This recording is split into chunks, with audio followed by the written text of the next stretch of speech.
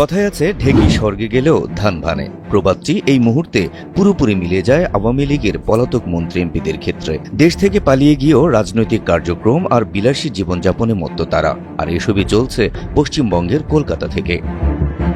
ইতোমধ্যে কলকাতার Rosedale garden পরিণত হয়েছে আওয়ামী লীগের সদর দপ্তরে। সেখান থেকে নির্দেশনা দেওয়া হচ্ছে বাংলাদেশ সহ সারা বিশ্বে ছড়িয়ে থাকা দলের নেতাকর্মীদের। নেওয়া হচ্ছে ডক্টর ইউনূস সরকার। ভারত সরকারের প্রত্যক্ষ আশ্রয় প্রশ্রয়ে বেশ আমোদ ফুর্তিতে দিন কাটাচ্ছেন পলাতক হাসিনা ও তার নেতাকর্মীরা। এদের প্রায় প্রতিদিনই দেখা সাক্ষাৎ হয়, চলে আড্ডাবাজি আর খাওয়া দাওয়া। পলাতকদের ভাষায় আওয়ামী লীগের হেডকোয়ার্টার হচ্ছে কলকাতা। এখানে বসে চলছে যাবতীয় পরিকল্পনার প্রণয়ন।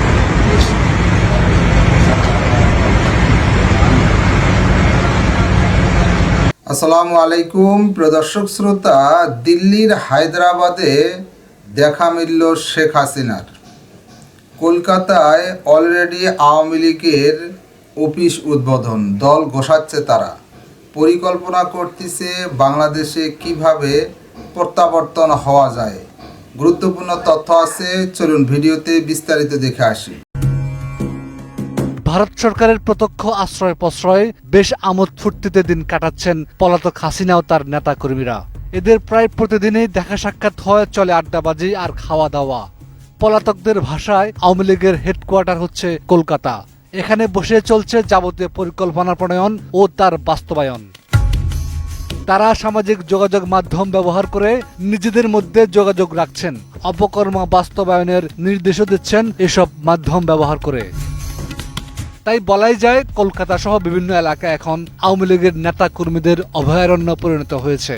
আর তাদের হেডকোয়ার্টার হচ্ছে কলকাতার নিউ টাউন আবাসিক এলাকার অভিজাত কমপ্লেক্স রোজডেল গার্ডেন। সেখানে বসে চলছে ডক্টর ইউনূসের নেতৃত্বাধীন বর্তমান অন্তর্বর্তীকালীন সরকারকে ব্যর্থ করার ষড়যন্ত্র।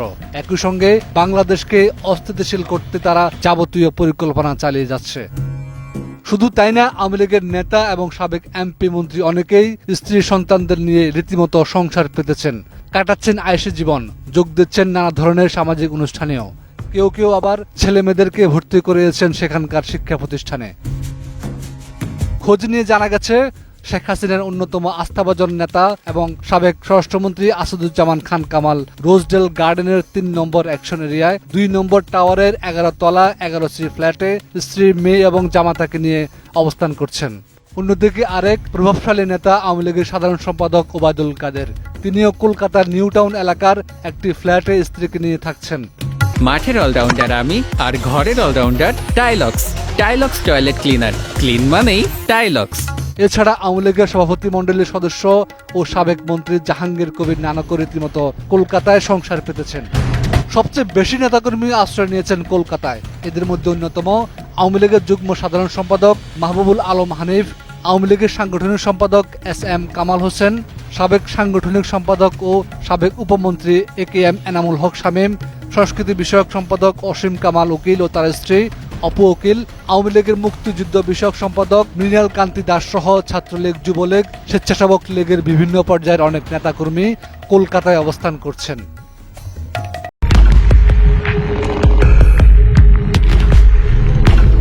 কথায় আছে ঢেকি স্বর্গে গেলেও ধান ভানে। প্রবাদটি এই মুহূর্তে পুরোপুরি মিলে যায় আওয়ামী লীগের পলাতক মন্ত্রী এমপিদের ক্ষেত্রে। দেশ থেকে পালিয়ে গিয়েও রাজনৈতিক কার্যক্রম আর বিলাসী জীবনযাপনে মত্ত তারা, আর এসবই চলছে পশ্চিমবঙ্গের কলকাতা থেকে। ইতোমধ্যে কলকাতার রোজডেল গার্ডেন পরিণত হয়েছে আওয়ামী লীগের সদর দপ্তরে। সেখান থেকে নির্দেশনা দেওয়া হচ্ছে বাংলাদেশ সহ সারা বিশ্বে ছড়িয়ে থাকা দলের নেতাকর্মীদের। নেওয়া হচ্ছে ডক্টর ইউনূস সরকারকে হটানো আর দেশকে অস্থিতিশীল করার গোপন পরিকল্পনা। ভারতের সঙ্গে বাংলাদেশের সুসম্পর্ক বরাবরই নির্ভর করে এসেছে আওয়ামী লীগের উপর। কারণ আওয়ামী লীগ সরকার ক্ষমতায় থাকলে ভারত যতটা পায় ততটা চিন্তাও করা যায় না অন্য কোনো দলের শাসনামলে। এক্ষেত্রে শেখ হাসিনার মতো এতটা উদার কেউ হতে পারেনি। তাই আওয়ামী লীগের সঙ্গে ভারতের সম্পর্কটা বরাবরই মধুর, মজার ছলে, যেটিকে স্বামী স্ত্রীর সম্পর্কের সঙ্গেও তুলনা করেছেন কেউ কেউ। অতএব বাংলাদেশ আওয়ামী লীগের বিপদে ভারত এগিয়ে আসবে, এটি স্বাভাবিক। 5 আগস্টের আগে ও পরে শেখ হাসিনা সহ পালিয়ে যাওয়া শতাধিক মন্ত্রী এমপি ও নেতাকর্মীকে আশ্রয় দিয়েছে ভারত। সেখানে নিজ দেশের মতোই আরাম আয়েশে জীবনযাপন করছেন তারা। কেউ কেউ বগল দাবা করে নিয়ে গেছেন স্ত্রী সন্তানকেও। সূত্র জানায়, বাংলাদেশ থেকে পালিয়ে যাওয়া সাবেক স্বরাষ্ট্রমন্ত্রী আসাদুজ্জামান খান কামাল কলকাতার নিউ টাউন আবাসিক এলাকার অভিজাত কমপ্লেক্স রোজডেল গার্ডেনে 2টি ফ্লোর কিনেছেন। ভবনটির 11 তলার 11C ফ্ল্যাটে বর্তমানে বসবাস করছেন তিনি।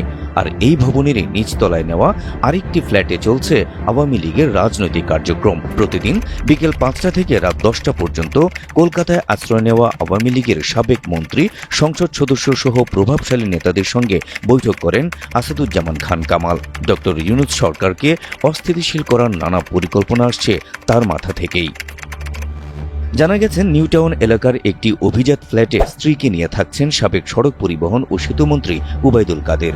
তবে অন্যান্য মন্ত্রী এমপিদের সঙ্গে যোগাযোগ রক্ষা করছেন না তিনি। মাঝে মাঝে চিকিৎসার জন্য হাসপাতালে যাওয়া ছাড়া বাসাতেই অবস্থান করছেন আওয়ামী লীগের এই সাধারণ সম্পাদক। আওয়ামী লীগের সভাপতিমণ্ডলীর সদস্য ও সাবেক মন্ত্রী জাহাঙ্গীর কবির নানকও স্ত্রী সন্তানদের নিয়ে সংসার পেতেছেন কলকাতায়।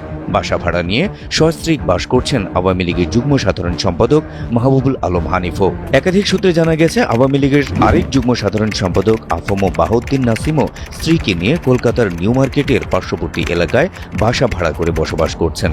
এছাড়া আওয়ামী লীগের সাংগঠনিক সম্পাদক SM কামাল হোসেন, সাবেক উপমন্ত্রী AK এনামুল হক শামীম, সংস্কৃতি বিষয়ক সম্পাদক অসীম কুমার উকিল, সাবেক সংরক্ষিত নারী আসনের MP অপু উকিলও কলকাতায় বসবাস করছেন বলে জানা গেছে।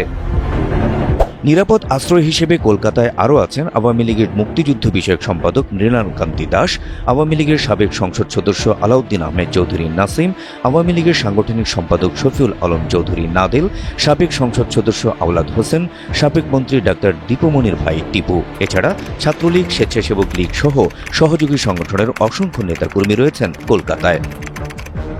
সূত্র জানায়, কলকাতায় থাকা এসব মন্ত্রী এমপি ও নেতাকর্মীরা ঈদ সহ বিভিন্ন উৎসবে অংশ নিচ্ছেন, দেখা করছেন একে অপরের সঙ্গে। কলকাতাকে হেডকোয়ার্টার হিসেবে ব্যবহার করে Facebook, Messenger, Telegram, signal, WhatsApp group সহ বিভিন্ন ডিজিটাল এবং সামাজিক যোগাযোগ মাধ্যমে নিজেদের মধ্যে যোগাযোগ রক্ষাও করছেন। 5 আগস্ট রাজনৈতিক পট পরিবর্তনের পর কলকাতায় আশ্রয় নেওয়া আওয়ামী লীগের এসব মন্ত্রী এমপিরা প্রতিনিয়ত ডক্টর ইউনূস সরকারকে অকার্যকর করে নিজেদের ফিরে আসার পথ সুগম করতে পরিকল্পনা আঁটছেন। তবে জুলাই অভ্যুত্থানে জেগে ওঠা এদেশের মানুষ আবারও গালগল্পে বিশ্বাস করবে কিনা সেটি বলে দেবে সময়।